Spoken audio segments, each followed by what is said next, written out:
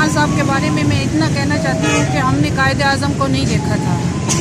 जिन्होंने पाकिस्तान बनाया हमने उन्हें नहीं देखा, हमने खान साहब को देखा है और खान साहब में ही कायदे आज़म को देख रहे हैं। और ये इम्पोर्टेड हुकूमत इतना बुखलाहट का शिकार हो चुकी है कि ये जितने भी ऊँचे हथकंडे इस्तेमाल कर ले हमारे खान साहब को ज़ीरो बनाने के लिए, इंशाल्लाह जितना ये ज़ीरो बनाने की कोशिश करेंगे हमारे खान साहब इतना ही हीरो बनते जा रहे हैं।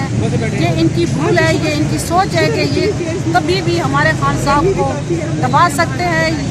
आपको पता है कि किसी भी मैदान में जब माएँ बहनें अपना रोल अदा करती हैं, बाहर आती हैं, नस्लों की कुर्बानी देती हैं, तो एक तारीख रकम कर देती है। हम अल्हम्दुलिल्लाह खान साहब के साथ खड़े थे, खड़े हैं और इंशाल्लाह खड़े रहेंगे। मैं डिस्ट्रिक्ट तलागंग से रहनुमा पाकिस्तान तहरीक इंसाफ खालदा बलोच हूँ और कल मुझे इन इम्पोर्टेड हुकूमत की पुलिस मुझे गिरफ़्तार करके ले गई थी और रात को 10-11 बजे मैं बेल पे बाहर आई हूँ।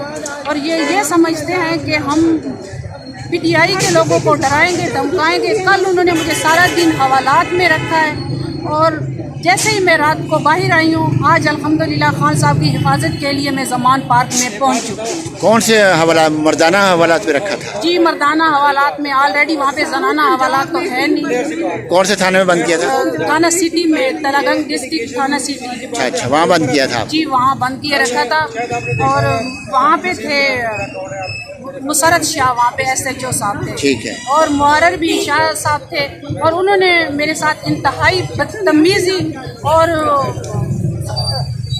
मैं आपको बता नहीं सकती हूँ कि उन्होंने मेरे साथ कितनी बदतमीजी का मुजाहरा किया है। बगैर किसी लेडी कांस्टेबल के उन्होंने मुझे गिरफ्तार किया है और सारा दिन मुझे नजरे बंद वहाँ पे रखा है। बहुत शुक्रिया।